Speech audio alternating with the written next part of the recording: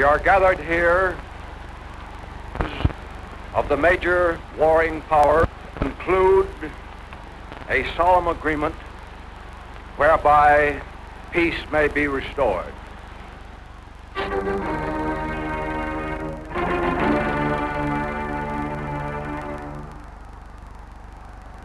The issues have been determined on the battlefields of the world.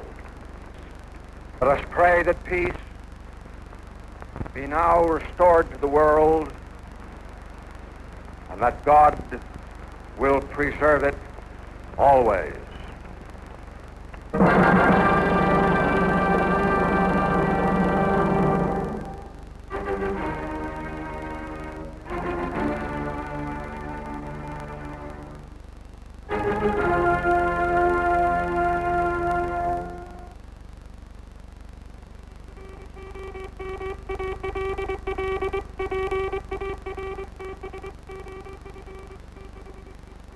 World War II was over. After 6 years of agony, a war-weary world had agreed to lay down its arms. 3 months before the surrender of Japan, Germany had admitted defeat in Europe. Axis dreams of world conquest had been turned into unconditional surrender and total defeat. United, the peace-loving nations have demonstrated that their arms are stronger by far than the might of dictators or the tyranny of military cliques that once called us soft and weak. The flags of freedom fly all over Europe.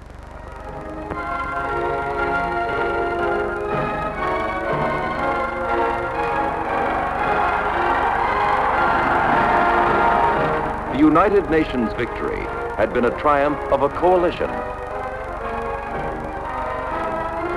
of allies who fought a war of survival against Nazi and fascist aggression in Europe and Asia. Of all the occupied nations that had never ceased to hope for the day of liberation. The joys of victory, however, could not wipe away the grim realities of peace. The misery of a world in chaos and ruin.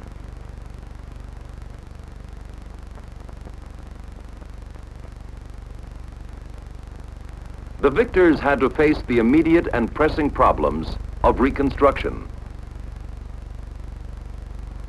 relief and rehabilitation, rebuilding, repatriation of the millions of displaced persons who had been used as slave laborers by the German war machine.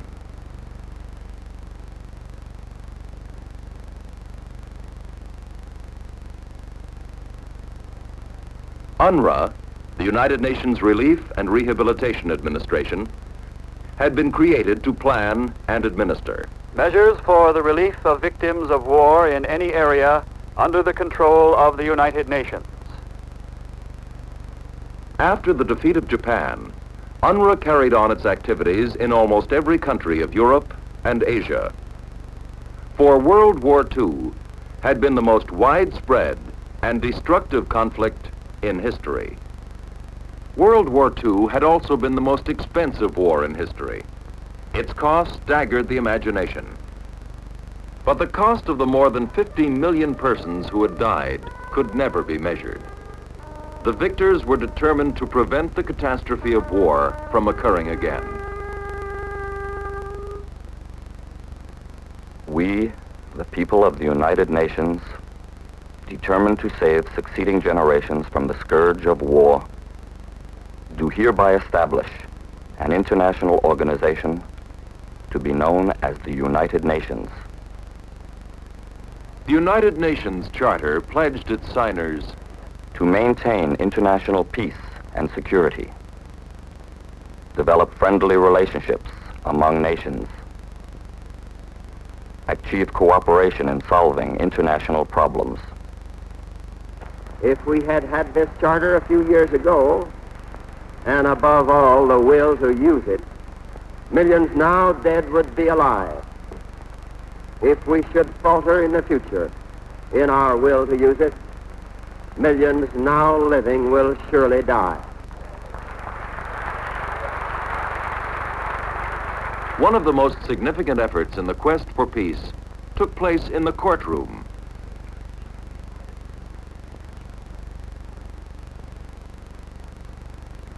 The four wartime partners, the Soviet Union, Great Britain, the United States, and France, now employed the moral force of international law. The first of the international war crimes trials was held in Nuremberg, Germany, and lasted nearly 1 year. The defendants were charged with conspiracy to commit crimes against humanity in the course of preparation for war and in the course of the prosecution of the war. The privilege of opening the first trial in history for crimes against the peace of the world imposes a grave responsibility. The wrongs which we seek to condemn and punish have been so calculated, so malignant, and so devastating that civilization cannot tolerate their being ignored because it cannot survive their being repeated.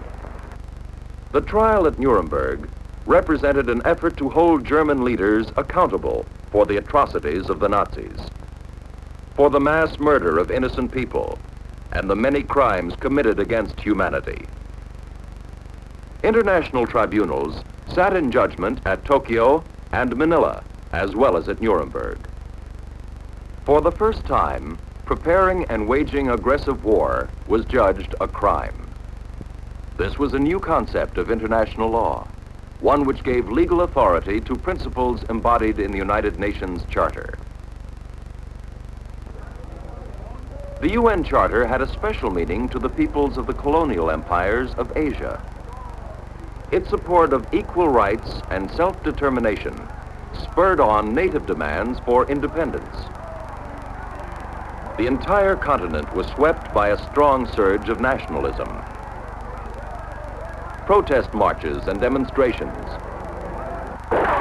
guerrilla warfare,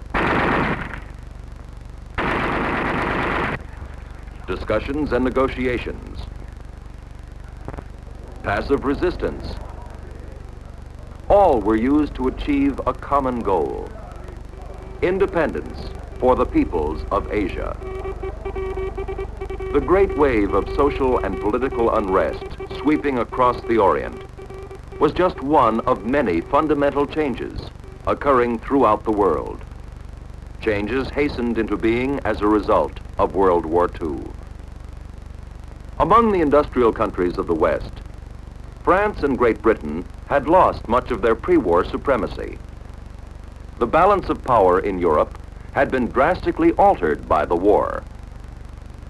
In its aftermath, the United States and the Soviet Union emerged as the two most powerful nations in the world. In the new atomic age, this was the most far-reaching result of the United Nations victory. A victory given meaning by the total defeat of the Axis, by efforts to rebuild, by punishment of the aggressors, by demands for independence in Asia, by formation of the United Nations, and by the dominance of the United States and the Soviet Union in the post-war world.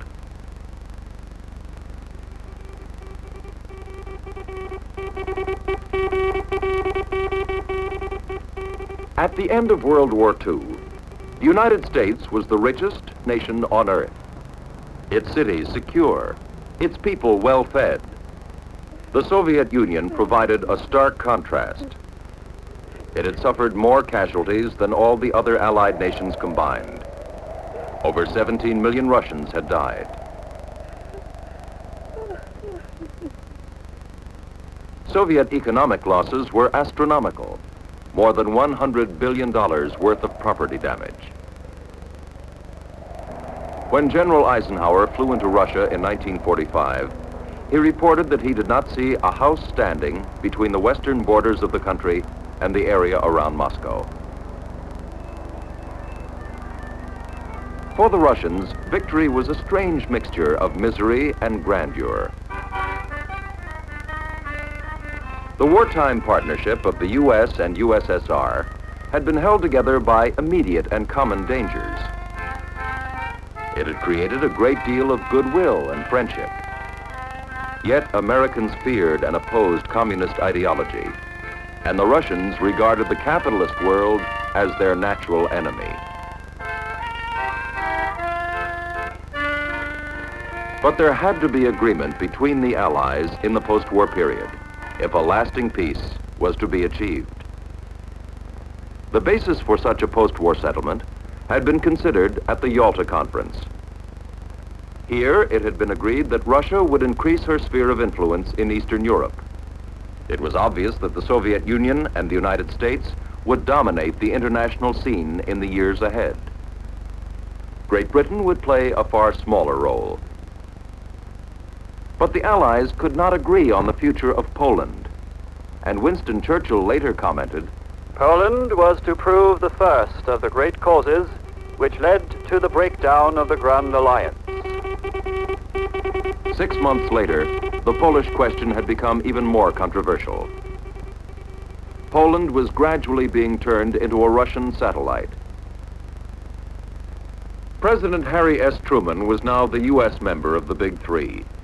Roosevelt had died, and Churchill had been replaced as the British representative by the new Prime Minister, Clement Attlee.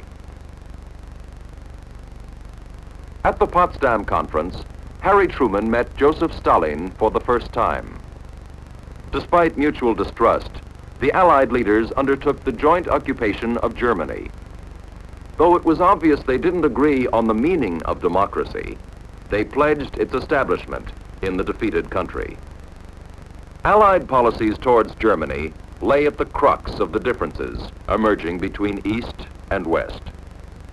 A large portion of the Third Reich had been ceded to Poland, and a smaller section to the Soviet Union.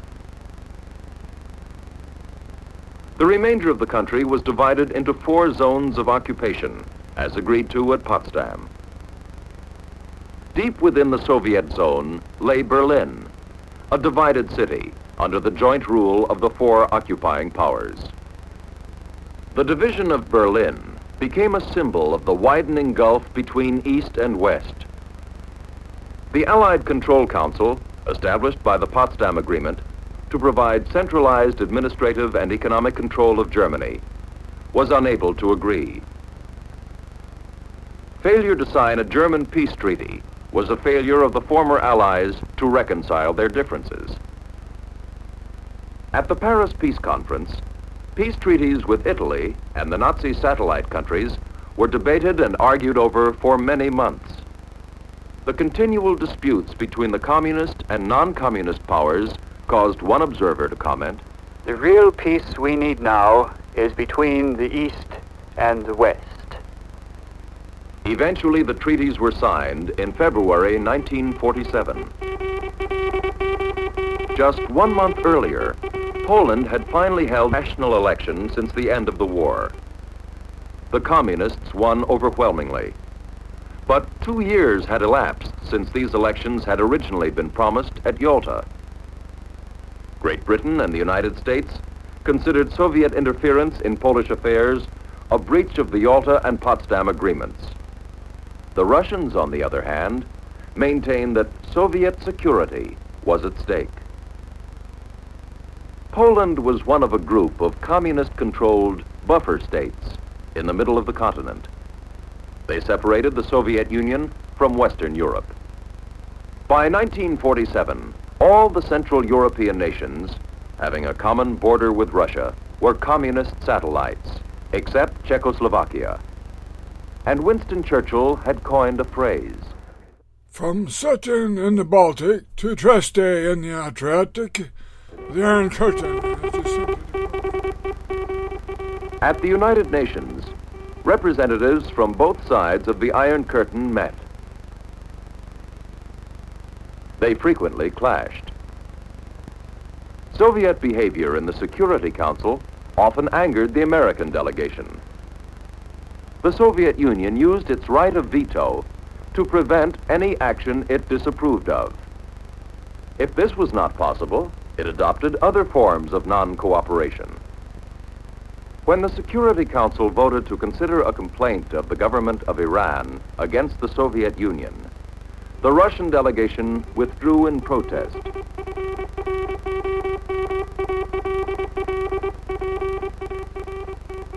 It remained absent from the council meetings for nearly 2 weeks. But far more disturbing to the Western powers was Soviet rejection of the American plan for control of atomic energy. The atomic bomb is too dangerous to be loose in a lawless world. The United States had proposed an international atomic authority, coupled with a system of worldwide inspection and control. The U.S. promised to surrender all of its atomic bombs to this authority as soon as the inspection system was in operation. The Soviet Union, however, found the American plan unacceptable.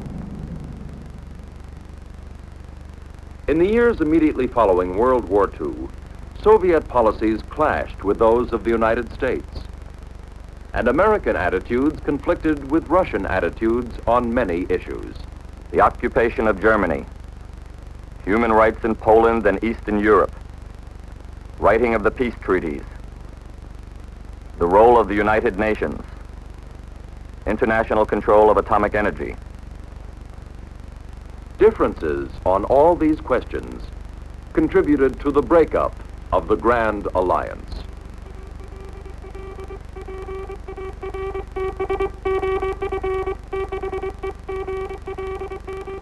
After their victory in World War II, the first wish of the American people had been to get the boys home. During the next 2 years, the United States drastically reduced its armed forces, from over 16 million men to 1.5 million. But the country realized it could never again retreat into isolation. In 1945, it was a question of how much and what sort of involvement in foreign affairs. Relief supplies of all kinds were shipped overseas for distribution by UNRWA and private American organizations. Congress voted large sums for foreign economic aid and granted loans for the rebuilding of war-torn economies. Economic assistance soon became a weapon in the developing struggle between East and West.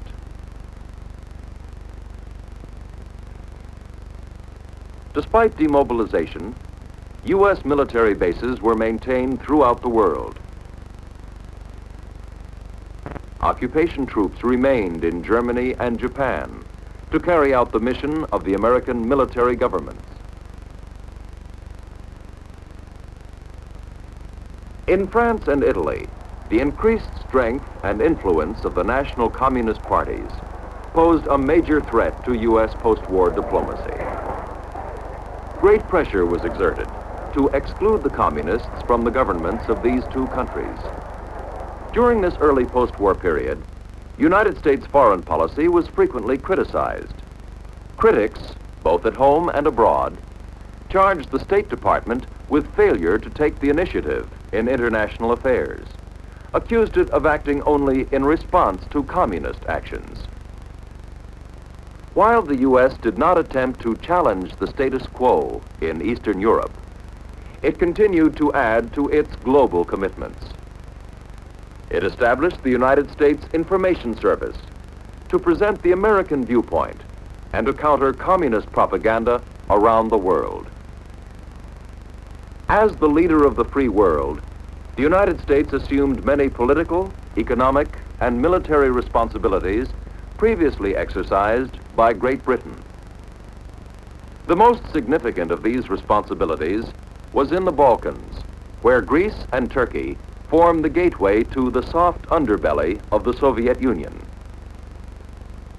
Whoever controls Turkey controls the Dardanelles and the Bosphorus, the two waterways essential for passage between the Black Sea and the Mediterranean. Control of these straits had been a Russian dream for over 200 years.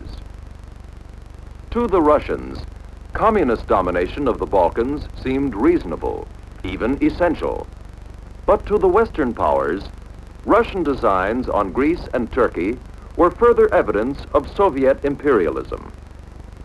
In February 1947, the United States was informed that economic necessity dictated withdrawal of British aid to Greece. When English troops first arrived in 1944, Greece had been torn by civil war. Great Britain gave her support to the right-wing forces against the largely communist-led resistance movement. This resulted in a negotiated peace and a coalition government. But civil war broke out again in 1946.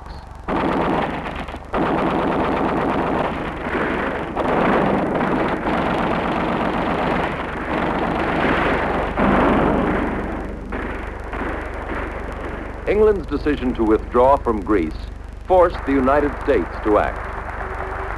Washington was determined to thwart the Kremlin's efforts in Greece and Turkey. President Truman requested the U.S. Congress to vote military and economic aid to support free people who are resisting attempted subjugation by armed minorities or by outside pressures.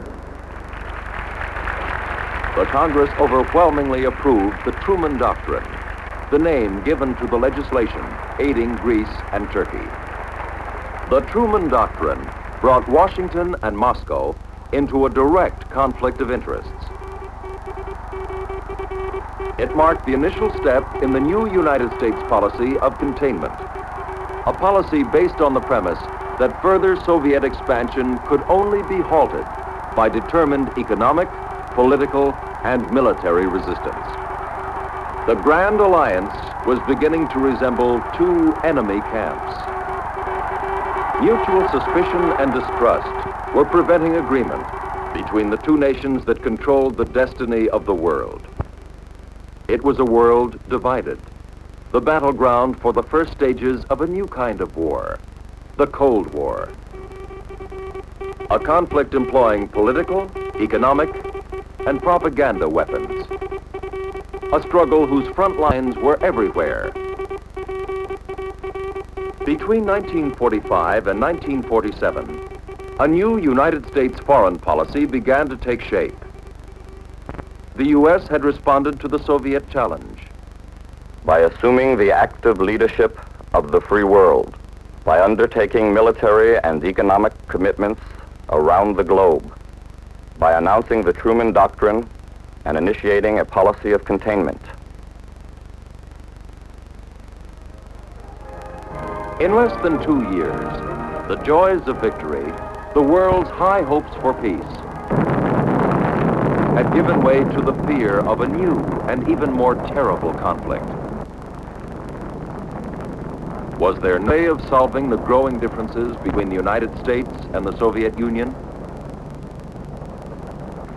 In June of 1947, many vital issues dividing the two countries remained unresolved.